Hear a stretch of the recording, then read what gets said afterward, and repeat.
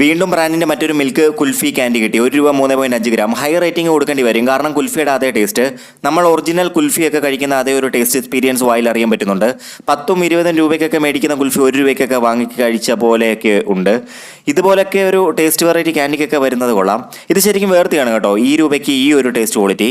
ബ്രാൻഡിൻ്റെ തന്നെ ഒരു കുൽഫി മിൽക്ക് ഡ്രിങ്ക് ഇറങ്ങിയിട്ടുണ്ട്, അതും ട്രൈ ചെയ്യണം. ഇതിന് 8.9 കൊടുക്കുക റേറ്റിംഗ്.